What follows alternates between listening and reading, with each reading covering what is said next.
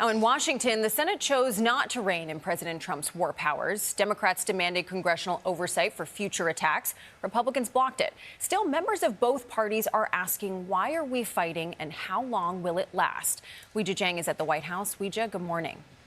Kelly, good morning to you. Good morning to everybody. The House is expected to vote on a similar measure today that would require Congress to approve military action in Iran. Speaker Mike Johnson said it would empower our enemies and kneecap our own forces, adding, we're not at war now. Meanwhile, Americans stranded abroad are waiting for more help from the U.S. government to evacuate the region as soon as possible. President Trump projected optimism about the war with Iran. Somebody said, on a scale of 10, where would you rate it? I said about a 15. But the administration is getting lower marks for its efforts to help Americans escape the conflict zone. Trump was asked this week why there wasn't an evacuation plan. Well, because it happened all very quickly. The State Department is urging people to leave 14 countries across the Middle East and says it's increasing charter flights to help Americans get out of Israel, Saudi Arabia, Qatar, and the United Arab Emirates. More than 1 million U.S. citizens are believed to be in the region, although it's unclear how many are actively trying to leave. We need to know where you are. We need to have contact information for Americans that need assistance.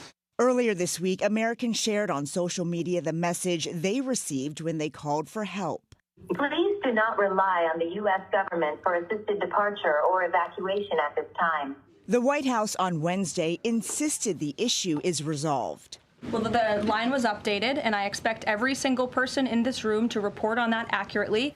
If you are calling about the crisis in the Middle East, please press 1. CBS News chief correspondent Matt Gutman called that new line a dozen times alongside Todd and Lisa Eggleston, who are stuck in Israel. The couple from Las Vegas arrived 2 days before the war broke out. You have reached Middle East Task Force. Please hold for the next available representative. Okay, holding for the next available representative. And